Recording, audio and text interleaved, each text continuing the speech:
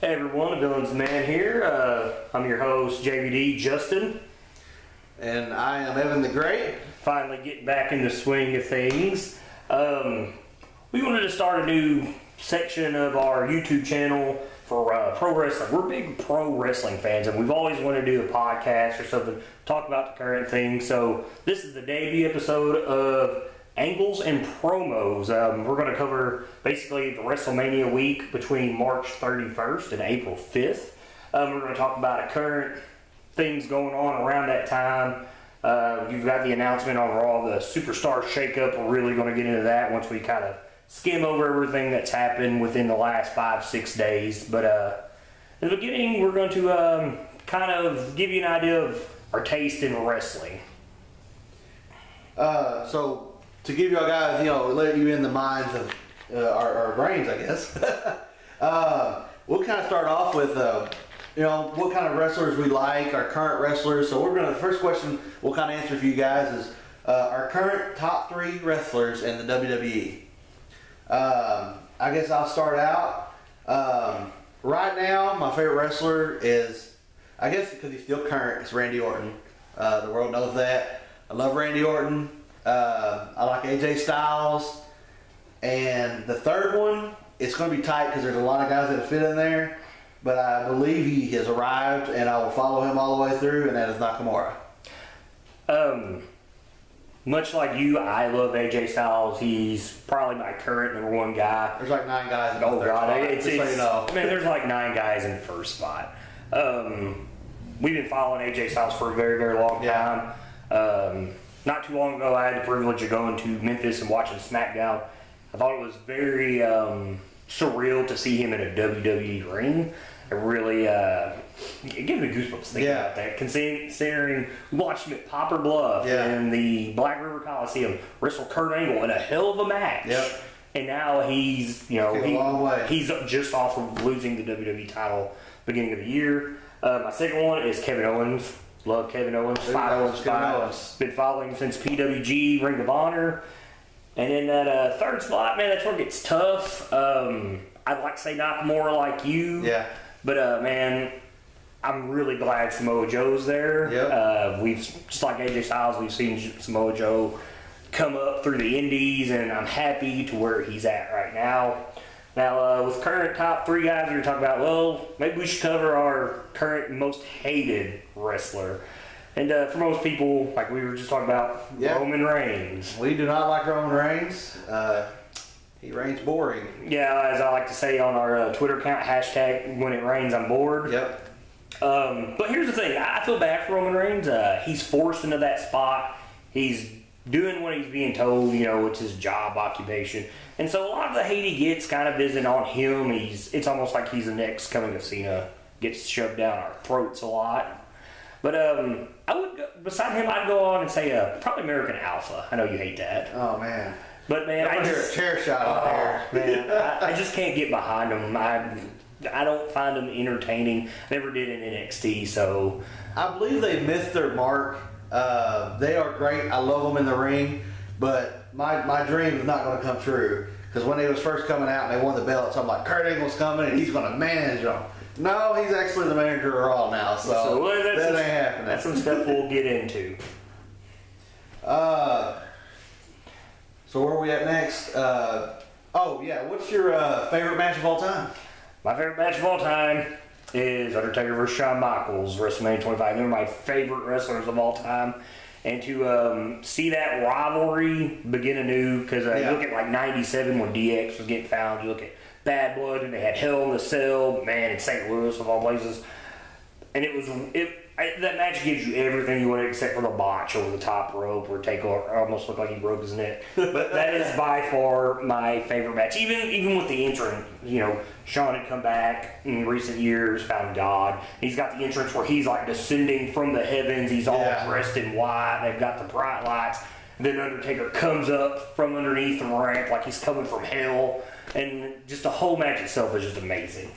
Man, speaking of that, before I get to mine, I just, something just hit me. What is your favorite entrance since the Undertaker will be no longer walking out. Oh man, who do you think's going to take that mantle? Why you gotta put me on a spot like that? 'Cause I thought about this the other day, and I was like, I gotta remember to bring that up. Man, I don't know which. We'll get into it, but Aleister Black, formerly known as Tommy, hit a really cool entrance at NXT, which we've talked about, which we'll get to later on with the WrestleMania weekend. But man, other than that, I don't know, because the pageantry of 90s wrestling hasn't been anything in a long time. Yeah. Or crazy entrances like that. So it's really hard to say. It's either Bobby Roode or it's Nakamura. It's got to be. That's the two that come to mind for me. I mean, you look at the last two NXT Takeover shows. Oh my God! I mean, even though Roode's the heel, neither one of them are heel. They're all both face hardcore. They're great. Yeah. And like first, Roode come out, and then Nakamura, then here WrestleMania weekend, they were kind of reversed roles. But yeah, it's got to be one of those, and I really can't wait to see one of those live. Oh yeah. Because they got some great stuff. My favorite match is AJ Styles versus Kurt Angle. It's the match that went to a time limit, and it's 2009 when it was on TNA. So if y'all guys ever get a chance to watch that, I just remember being at the home watching that on Impact, and that's why it's so good to me, because it wasn't something that I was ready. It wasn't a pay-per-view. It wasn't something that you knew was going to be good or had potential to be good. It's something that they just on TV, boom, they wrestled for 20 minutes. And it wasn't like a ladder match, cage match, no special rules. It was a straight up wrestling. And this is what everybody needs to look at. That is what wrestling is. In 2009, when they did that match, they showed the world what wrestling looks like. And at the beginning, I know we talked about current three wrestlers. We talked about that show, that house show we seen at Poplar Bluff between the two. Yeah. And it was amazing.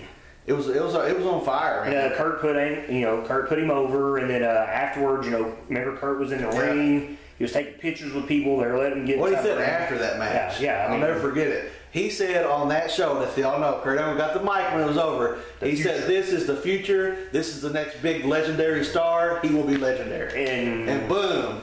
And 5 years later, there he is. We're talking about when he got to WWE.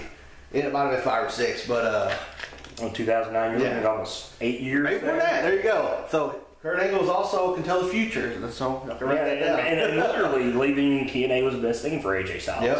I mean, it really, and you would have never thought back then he would be what he is now, because WWE's always been about size, but you look here in the last couple of years with like Daniel Bryan and whatnot, that really size doesn't matter anymore. No. And they're really showing that with 205 Live. Size don't matter, shape don't matter, wrestling matters. That's right. It's skill and being on the microphone. And I guess you got to kind of say Triple H is the reason that's he's the reason everything is the way it is right now. Because, oh my God, like 6 years ago, they would have never gave Kevin Owens the title. Oh my God. Let somebody like Samoa Joe come over here and build up. Finn Balor would have never been around, neither would AJ Styles. But little guys, big guys, it don't matter. It's all about it in the ring now. Yeah, and I think that's what's good about Triple H. I guess they're still trying to force him down. If he goes heel with what happened at Mania, everybody's gonna love him. I think I'll love him.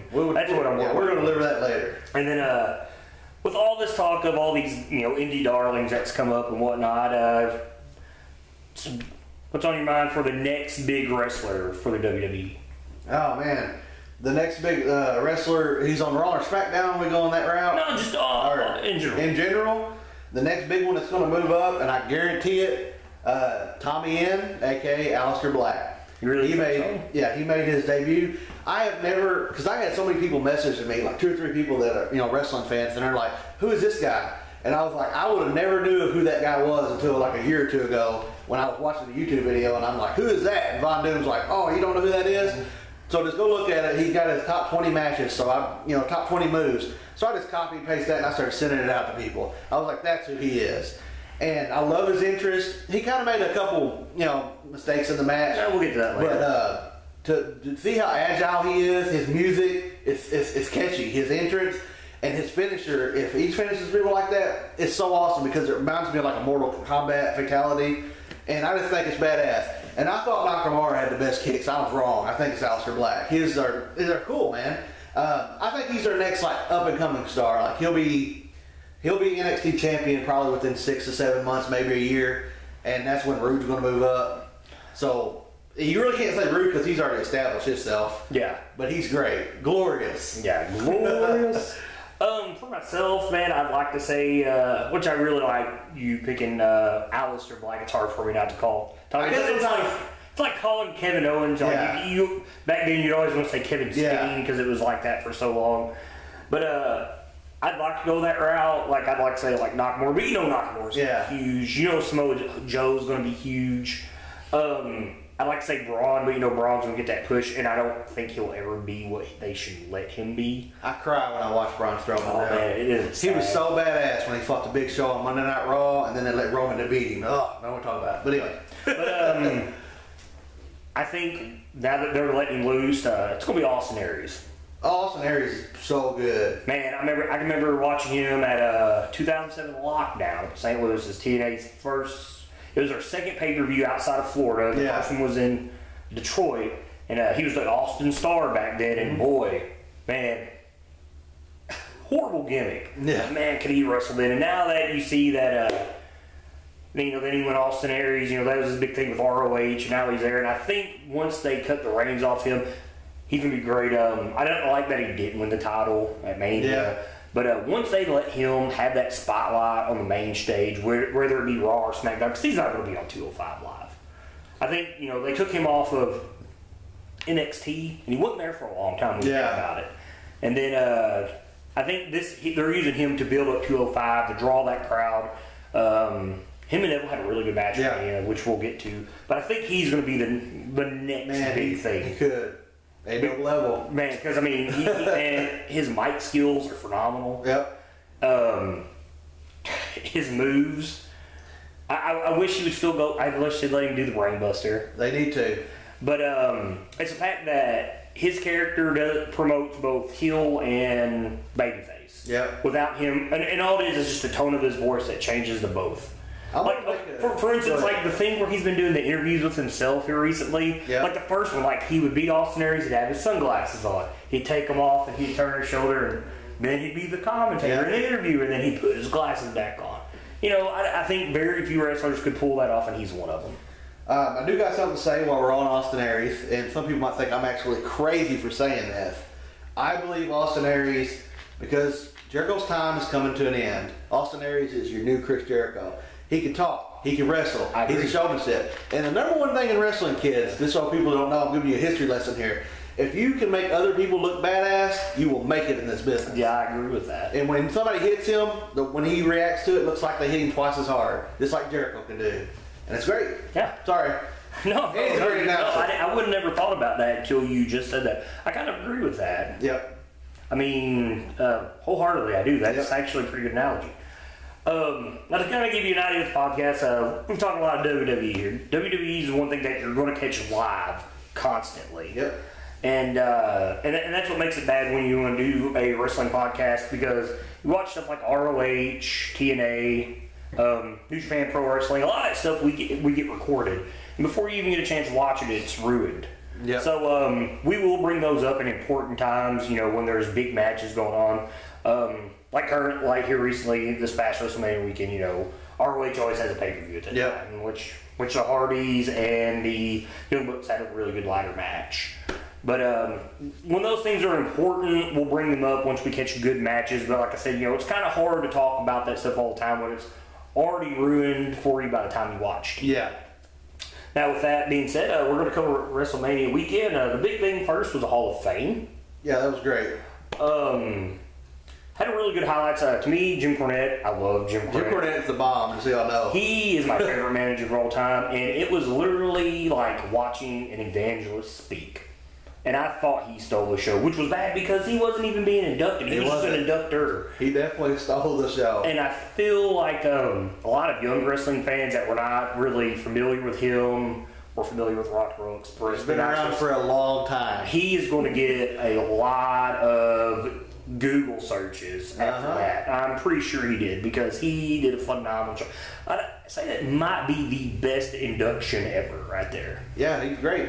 And just Jim Cornette, a lot of people don't know about him. He's been a manager forever. Worked behind the scenes. Worked everything. Ran Smoky Mountain. And I'm telling you right now, if they could backtrack and go back 15 years ago TNA would be bigger than what it would have never died. No. Because whenever he was kind of running it in the beginning, I remember that. It was getting good. And they had the 6 sides, and they had all the great talent there, and they didn't bring in all the big guys. At that point, I thought I should have knew better, because every time something gets big, it falls apart. ECW, TNA, and, but he's so good of a manager. He can talk. We met him live before. Yeah, he's at Cape Cod. Oh, my God. We're not going to talk about the stories that he told us, but if you ever get a chance, oh, my God, he is a great... He's a, what do they call the people that talk all the time? I'm looking for that word. Mm-hmm. But he can talk, man. Yeah, he can talk. And he's got a great podcast, Jim Cornette Experience, if you haven't listened to it. It's very educational.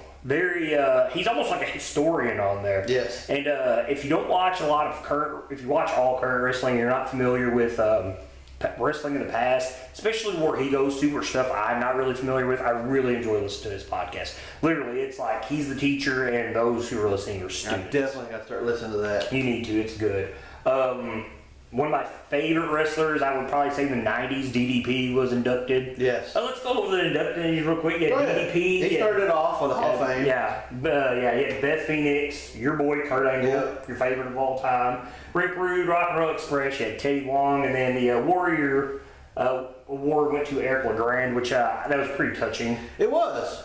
But, I like that they're doing that now, and it really puts him in a good light. And what he said was very emotional. It's very moving. Yes. Even though I cut off where I went DDP. But, it's really nice to see that them give people like that actually strive to make a difference based on what's happened to them. Give them the spotlight. And what's good, it's not in the middle. Well, it's in the middle. It's not at the very beginning. Because, I see where some fans are just like, man, I don't care about that. It's not wrestling. Yeah. But that's not the point. The WWE is a very charitable organization.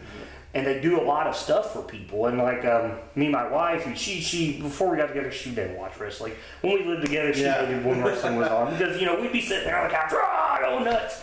And now that it's me and her, and she sees things that they do, like John Cena with Make-A-Wish, she thinks that's really awesome. And Be a Star program. And then when she watched Hall of Fame with me, she's seen that, she's like, wow, that's really awesome they let him do that. I'm like, they do stuff like that a lot. Yep. And I think that's a side of the WWE that a lot of hardcore fans are just like, but it's very important just to people in general.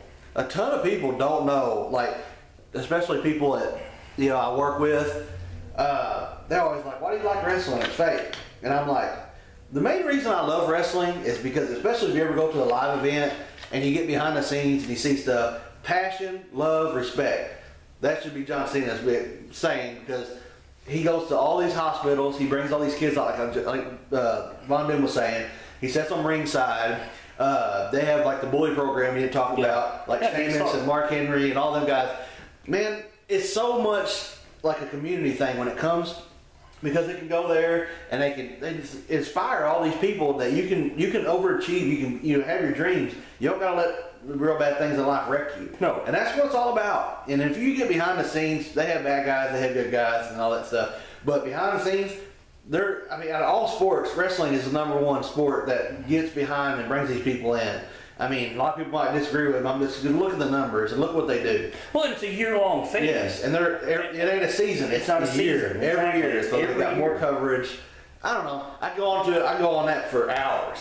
But with that said, back to DDP. Yeah. One of my favorite stars of the 90s, very innovative move, the Diamond Cutter. I'm glad he finally got in.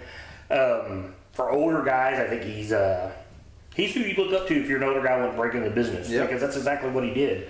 And I think there's a lot of them doing it now. Yeah. If I had my chance, I would. A ton of these new stars are in their 30s because they come from indie wrestling. No, that's true. Continue. But, I thought Eric Bischoff was the prime choice to induct him because Dusty Rhodes was around, which he touched on a lot. There was a lot of talk about Dusty Rhodes. Yeah, he got brought up a bunch. Well, man, he's wrestling royalty. But I was really glad to see that DDP got the Hall of Fame. Yeah, I second that. That's whenever I started wrestling. I started watching WCW first, and then I went back and forth. He's done a lot, but he ain't bigger than the guy we're about to talk to. My favorite, Kurt Angle. He is, there you go. He can be serious. You suck. Yes. Out of all the things, that he's done through his career, I might rant on him for a while, but I'm going to try to cut it as short as I can. But he can be a good guy. He can be a bad guy. He can wrestle in the ring. He is the best wrestler. I don't care what anybody says. He's the best wrestler inside that ring ever. There's nobody that can technically out-wrestle him. Maybe Demon Lingo, but I highly doubt it. I'm sure he'll school him too. Because he's a real wrestler. He won a gold medal with a broken neck. He's one broken neck. He's one of the toughest wrestlers I've ever seen. And on top of all that, when you think he ain't got nothing left in the tank here at TNA, they have the main event Mafia. That's my favorite Kurt Angle. He comes out, he's in charge, he's got his men. To me, that was the greatest, I guess, at the time, biggest thing since the NWO to actually like run wild on something. And just think, we were just talking about him in that match with AJ Popper Blood, and he got a DWI. He did. Oh man! But it's a good. Yeah. This has really showed that he's come a long way, and he's conquered those demons. And like a lot of the podcasts that I listen to, like Jim Cornette and Jim Ross, you know, they're talking about he looks like a brand new man, and he's happy to be there, and I'm very glad to see him. And you might still get your chance with him and American Alpha, because once we get into the Superstar Shakeup, that's where they're going. Yep, that could happen. I swear to God that what's their names? Caleb and the American Alpha's real names. Chad Gable and Jordan. Yeah. Anyway, I always forget their real names. I swear to God that one guy is Kurt Angle's son, but he can't talk like Angle. But, you know, to touch back where I was at, you know, through his main event Mafia days, you know, then he went back to being like regular Kurt, and he went on the indie circuit, and now he's the general manager of Raw. But through all in all, Kurt Angle has done it all. He's been involved with, like, Shawn Michaels. He's been involved with all the legends of WWE. Brock Lesnar. He's fought everybody there is to fight. Oh my God! Like his stat card is just insane. Yeah, that might make him the single greatest wrestler of all time. I mean, okay, WWE, you got Shawn Michaels. You've got Austin, Brock. Then you go to TNA, you got Samoa Joe, Bobby Roode, AJ Styles, and then in this indie circuit, man, like everybody keeps talking about, which I haven't watched the match with Alberto Del Rio, El Patron, whatever. I ain't seen that one. And Jim Ross, they're talking about how great that match was. Yeah. He's doing all these, like, remember when I sent you the link with him and Cody Rhodes, that match they had? Man, that's a great match. God, great match. And the dude's, you know, he's got bad knees, he's pushing 50, and he's just out there killing it with guys half his age and doing just as great shows. He's great. I mean, there ain't much else to say about the Olympic gold medalist. And I'm really eager to see how he's going to portray this Raw and to know that he was just wrestling not too long ago, which is crazy. Yeah, just like a week before that. And I kind of like it because he can also, like we was talking about all the others, you know, serious, not serious.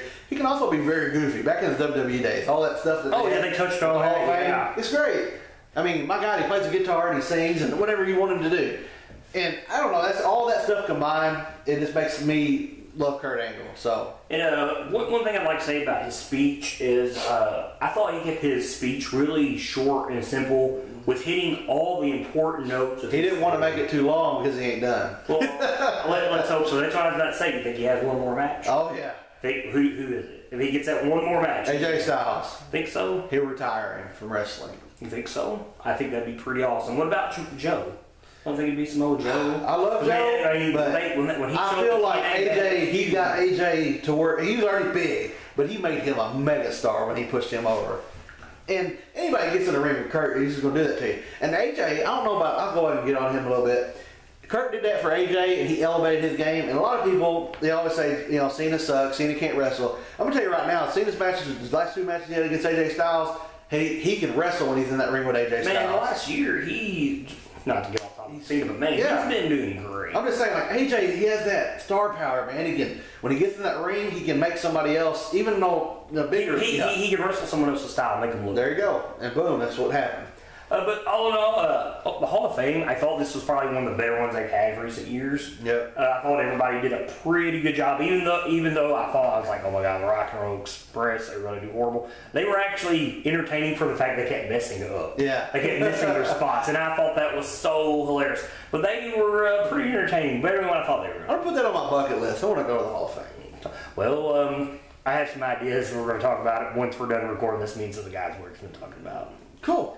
So, next on the list for WrestleMania weekend, NXT Takeover, the gem of WrestleMania weekend. Just like it was last year. Oh my God, they kill it every freaking year. And you know, during that time, Triple H has to be backstage going like, yeah. What's bad about it? Well, it's really bad, but NXT Takeover, would you agree, especially the last 2 or 3 years, every NXT Takeover main event, you pretty much know who is leaving because they're going to lose the main event match. And that's what kind of kills NXT. But once we get to talk about NXT from and this then every past, time you're like, what are they going to do? They replace them with somebody else great every freaking time. And we'll get into that once we hit the recent NXT show after WrestleMania. Yeah. Because there's a lot to talk about. We don't want to crowd this WrestleMania weekend So with stuff. Takeover. What do you like? I mean, all the matches are great. Yeah. So my favorite was the tag match. Oh my God, it was good. I thought it was so great because the entire time me and the guys at work, we were talking about it, and I'm like, man, I literally want to see the Shatter Machine done. Yeah. But it'd be like both the guys from DIY picking them up and Dawson and Dash hitting them with the knees. Yeah. But you got something better. They both helped out with both finishing moves. That was and so great. Still didn't take out the Authors of Pain. And I so thought the Authors of Pain were going to. I thought they were going to lose, and DIY was going to win them, and they were going to move the Revival and Authors of Pain up, and I was wrong. They left Authors of Pain down in NXT, which I can't complain. We'll talk about that in a minute. Yeah, they left them down there. Yeah, there's a reason. But I thought I can't say anything bad about that. A lot of people, they don't like Authors of Pain. All three of those tag teams are magnificent. They're newer, I guess, out of the two. And the reason they're magnificent is because they are a huge heel. Everybody hates them. Oh, man. And the thing is, they're big guys. They're what Vince loves. They're big. Huge big guys. But they can wrestle for big guys. I think they can. And well, their short time in NXT, they've come a long way. Like, their move where they slam each other and they powerbomb both guys. To me, that needs to be their finisher. Because that's pretty devastating for two big guys. I love that move. I like all their moves they do. But I love, man, the Revival and DY, which... Spoiler alert, we're going to talk about Shake Up later. DY, I'm going to talk about that later. But anyway. What was your favorite part of it? Takeover. Oh, man. You know, that match was amazing. I really liked it. I'm going to say it, man. I really like Insanity. I love the opening match. The Beast of Belfast. Yeah, the Beast of Belfast, Eric Young, man, they kill it. And then they don't have a partner. You know, the other team don't have a partner. And then here comes and she's awesome. Nikki Cross is awesome. I love Nikki Cross. Every woman in NXT wrestling is badass right now. I'm just going to throw that out there right now. Better than the women's division as a whole on WWE? Not yet. You don't think it's better? It will be. I think it is. Their wrestling is better because all of them can wrestle, and there's some in WWE that still can't wrestle, but most of them can. But they're starting to solve a lot of that. But I like all the women wrestling, but the downfall of TNA. Not TNA. I won't get killed for that. NXT. I did not like the ending of Asuka's match. I was about to bring it up because I didn't get to finish watching that, and we were sitting over here. Yeah. And you were like, hey, you're going to see something, and you're going to understand exactly why I didn't like it. So you're saying you think she was scared that she was going to lose her title? I wish it would have been the way she won. Everybody, spoiler, if you can't see it yet, you're not a fan. She pushed the referee into the turnbuckle, and basically that's how she won the match. But what I wish would have happened is she would have cheated, but not on purpose, like an accidental cheat thing, like maybe her leg was on the rope and she won. That way they could have controversy, but the way it did it, it made it look like she was scared she was going to lose the match. I wish they wouldn't have done that because they got her building this streak right now.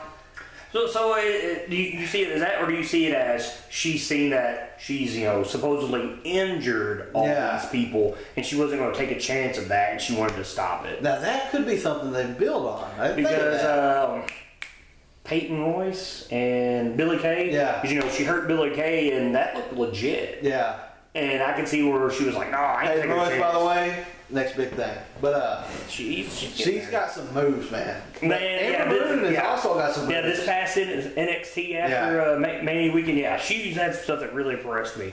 But I can see where you didn't like that. I think that's where she's she's babyface, but she's never really done anything that makes her babyface, so she could still be heel. I think there's a way to show them that she's going to be heel, which, they talked recently, either she's about to break Goldberg's undefeated streak, legit numbers. She'll break it. I think that's what they want her to do. And honestly, what I wish they would do with her is let her keep that title and then come up and still wrestle Raw and SmackDown. Yeah, that'd be cool. Just to show that she's that dominant. Because literally, she's really good. She's the best female wrestler. And in my opinion, she might be the best wrestler in WWE, period. And the reason I say that is because, man, she's got so many moves. She can do it, she can do a ton of things that women can do. She can do all the things that guys can do. She has a great entrance, and she's a huge star. I mean, imagine what it'd be like when she fights Charlotte Flair. That'd be great. That'd be great. I can't wait for it to happen. But anyways, wrap up NXT, perfect. Yeah. Always is. These last couple of WrestleMania shows, always perfect. Then we got the big show, Mania. Yeah. WrestleMania. There you go. He's got it down. Man, I mean, there's so much to talk about. Just off the top of your head, best match on the card. Whoa, best match on the card. Boy, you hit me with that one.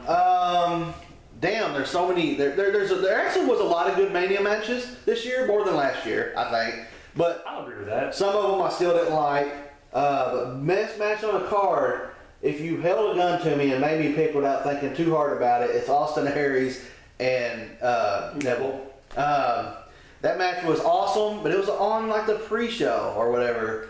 It was part of Mania. Yeah. That match was really good. I don't know, man. Like, I would say that. I'm torn between AJ and Shane and KO and Jericho. Which opened up literally the WrestleMania. KO and Jericho was a great match too. Yeah, man. Like the whole thing where they were like trying to do dive-like moves on each other, and they were like blocking them. Believe it or not, Triple H and Seth Rollins had a good match, I thought. Yeah, I really thought. Because I really thought that was going to be a crap match, and it wasn't. It was amazing. For the whole card, like I really thought like it got good. Well, not pre-show first thing, just like. And I love Brock Lesnar killing Goldberg, but that's just me. And man, for short as that was actually good. Yeah. That's what they needed. But like to me, as the card started, Mania, not the kickoff show, man, it was really good, and then it slowly degraded. Yeah. And it's like you usually pay-per-views, you would flip that. Mm-hmm. But what do you thought the worst match was? The worst match. This should be a no-brainer. The worst match. I guess I wouldn't say it's the worst match. The worst thing that happened is they let Undertaker lose to Roman Reigns. We're getting to that. I thought you were going to say the SmackDown's women's title match. That was pretty. That wasn't that great. Pretty horrible. The worst match, actually, because I think it was a letdown, and it involved my boy Randy Orton. I did not like that match. That's one thing I was getting to. So let's go ahead and hit that. It's between that and then the mixed tag team match, which man, that I knew John Cena was going to propose to her. I called it out before it even happened.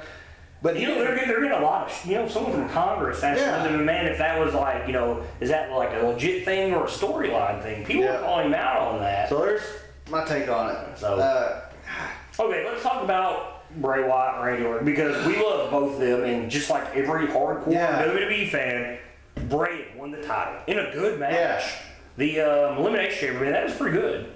And then they do this whole thing with Orton, which the whole, you get close, screw them. I thought that was kind of idiotic. The burning the house or wherever they had Sister Abigail was amazing. They built that up really good. They built that really good. And then it started to hit some bad points, like where he had the crucifix thing that everybody kept making fun of, like the X Division title. Yeah. That was kind of goofy. Just using that. They should have used something else. Like a skull or something. Why did he have like a buzzard skull on it? Yeah. He's always about follow the buzzards. And then once the match started, they had the thing where they would look over the ring with the Wild E Coyote Cam, the King always calls it. And they were doing like the maggots and stuff in the ring. I thought that was really goofy. What made it goofy is they kept doing it. Yeah. I feel like at the end, like if it would have been like one thing, like Randy's about to win, it would have done that, and it would have threw it in his favor, and then out of nowhere RKO, that would have been better. But they showed it like 3 times. Just kind of pause right there. Bray Wyatt's another good entrance after rival to take Undertaker's. He could. Because man, watching that live, you've never seen his entrance live. It's amazing. Bray Wyatt's big. Oh man, I forgot to do this. All right, we're going all the way back because something just threw in my mind. We talk about the next biggest star. It's Luke Harper. Oh, wow, that's a good one. Sorry, I'm going to bring it back. He is very impressive. They changed his look a little bit. He's muscled up. Black. He's muscled up. And out of the top 5 wrestlers, he's one of them in the business as far as in the ring. Because he can do shit that's amazing for as big as he is. And Braun? Yeah. He's big. But I don't know. He can talk a little bit, but I don't know. He needs... He's got to stay with his style. But to me, they're going to do just like him with Braun. He could do it, but they're never going to push it. But anyway, so we'll see you back. But I just didn't like the worms and the maggots on the ring. Even though it had a short amount of build-up, For the most part, the build-up was good, but Yeah. the match did not do the build-up justice. I think they was rushed for time. I think they were too. And here's the thing, man. The show, Mania itself, was 5.5 hours. And I had to be at work at 4 the next morning. We'll get up for 4. So it was like 11:30 our time, Central Time. It's weird. They had that long of a thing. And I'm going to bring that up. That match was kind of rushed. I mean, yeah, it was. And they could have ended it. I mean, think of all the cool ways you could have ended that. It was unreal. Okay. Because if you're going to let Randy win, it's got to be a sneaky RKO, and it kind of wasn't. No, it wasn't, no. Like when he fought Seth Rollins and he RKO'd him out of the curb stomp, that badass WrestleMania moment. Come on. Yeah. Now, let's get to the highlight of the show, which everybody kind of thought was going to happen. Yeah. Once they announced Jim Ross, which I thought that was a good thing, Jim Ross was going to come back and do some shows. Once they said that Jim Ross was going to call the main event, and the main event got switched to Taker Roman, you knew Taker was done. And I actually thought the match was pretty good. Better than I expected. It was actually not a bad match. Here's the only thing I would change about that match. I've been saying this for years. Anybody ask me, whenever Undertaker retired, this is what I thought would be cool. If he would have like tombstone him or chokeslam Roman and not pin him, he would have laid down, crossed his hands, and just left him knock out and ring. I would have loved that.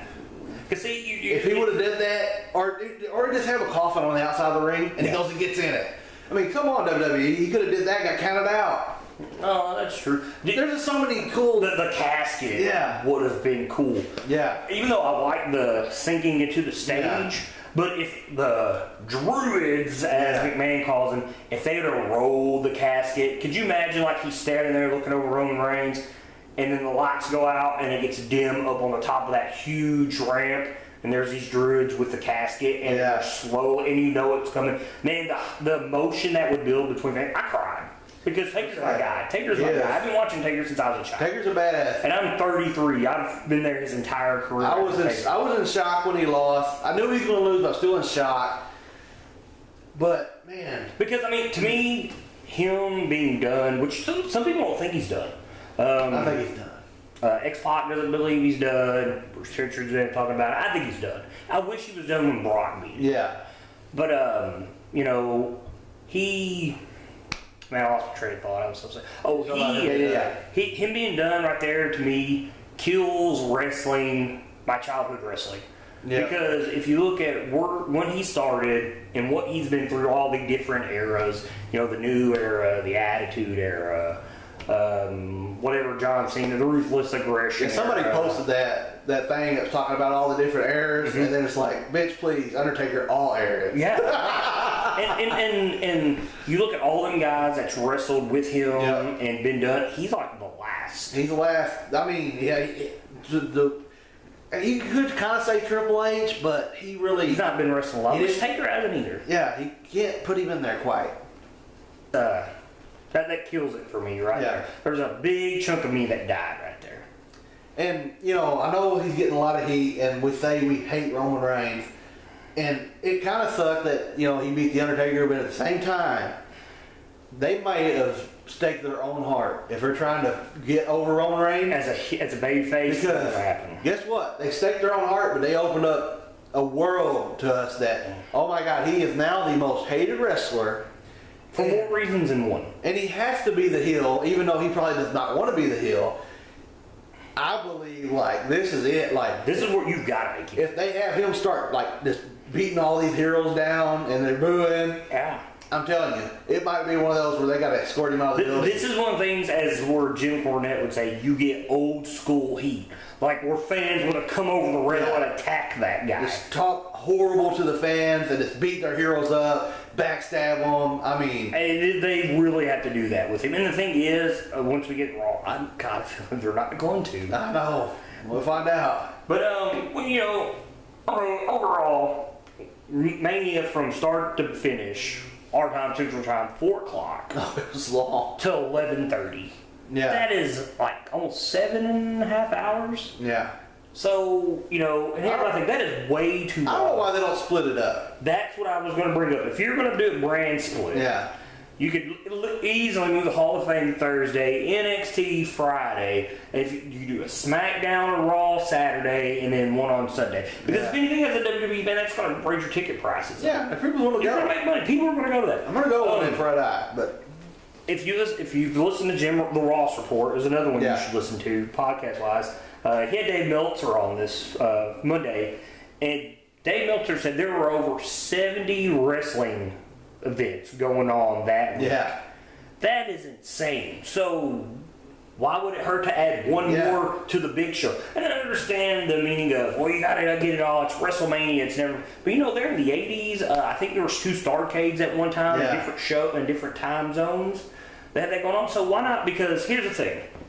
Okay, we live in the state of Missouri. We're never gonna get a WrestleMania. Yeah. Because WrestleMania, you look at it, man, it easily draws like 114,000 people. I think it was 80,000 at this one. Yeah, but I mean, Dallas last year. They would have to build a new stadium, which they're maybe doing. But here's the thing, though. You could separate this. You could do a Raw and a Smackdown, and you could have them in 2 different places. For instance, like the Rams left us this past season. Yeah. We've got an empty stadium sitting in St. Louis. You could easily run a Raw or a Smackdown there.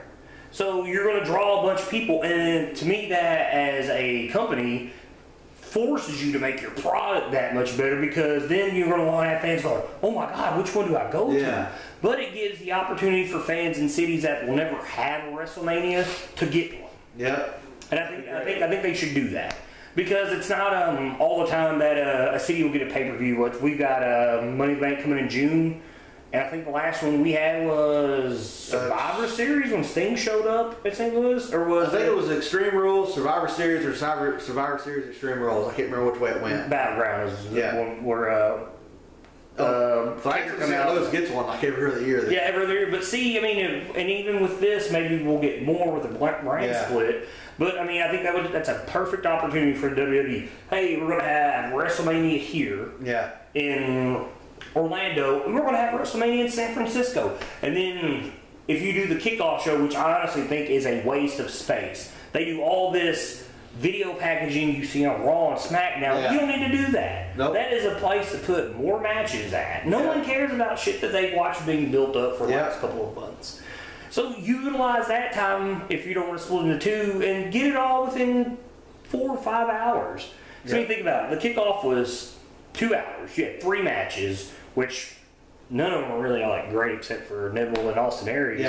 But still, there was like 20, 25-minute gaps in between the matches, which is enough time to put on a great match.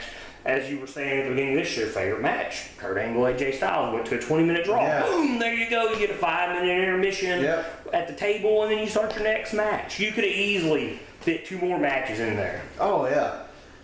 So time being an issue, splitting them up. And I don't know if they're going to do that this year, but if you split them up, like he said, have a Raw SmackDown, or have a SmackDown, Raw SmackDown, have a SmackDown WrestleMania and a Raw WrestleMania, and then you can throw in a pay-per-view, you know, where they have SummerSlam. There's usually SummerSlam, and then there's one, and then there's WrestleMania. Change that right there to Raw versus SmackDown, and everybody has a title fight each other. I think you've got to. If you slap it in there, what I'm saying is, what is that? 1 to like what? 4 or 5 matches? Yeah, well, two and a half hours. Big ones. See, like Night of Champions, that's one. They need to do that. They need to have like basically. Or just change Night of Champions to that and throw it right there. But you need shows like that. Where you get like where you have the old what WCW used to do in Japan all the time. The cross promotions. That way you get something fresh every now and then. You don't have to build it up. You can have your general managers. Well, obviously, Universal Champion's got to fight the WWE Heavyweight Champion. Intercontinental versus U.S. title. Maybe make it a triple threat match. You throw the 205 guy champion in there. Oh, that'd be cool. Or you shake it up all of a sudden, well, here it is, Universal title, WWE champions gonna fight each other, and then the NXT champion comes out. And they should do stuff like that. It'd be great. So, you schedule all your title people against each other, and then you just got random matches putting together. Like, well, today, KO's going to fight Dolph Ziggler tonight. They need to do that every other pay-per-view. It would be great. Or at least your big ones, like which you don't have to do the main, but you'd always do like Survivor Series, which they did this past year. But they know they need to do more of that. They need. But I still think, and even while we was talking about this, where I said you could put one here, you could even do that with NXT that same weekend and put it somewhere else. Oh, yeah. Because, like I said, Dave Meltzer said there were 70-plus shows. Well, if you want wrestling to be a very big business and you're wanting to look at stars, the WWE doesn't have to cram everything into one location that's theirs. Well, you get these different promotions that's going to come to those places. You get a better look at guys. Yeah. And it also makes it easier for fans that don't have to go, oh my God, what am I going to go do? Well, if I go to Orlando, you know, all these events here, then I've got a smaller list to go. Yes. You know, so options, variety's the spice of life. But overall, like I said, WrestleMania as it went forward got really, really worse for me. Like, if we had to rate it out of a Dave Meltzer 5 stars, I'd give it like a 3.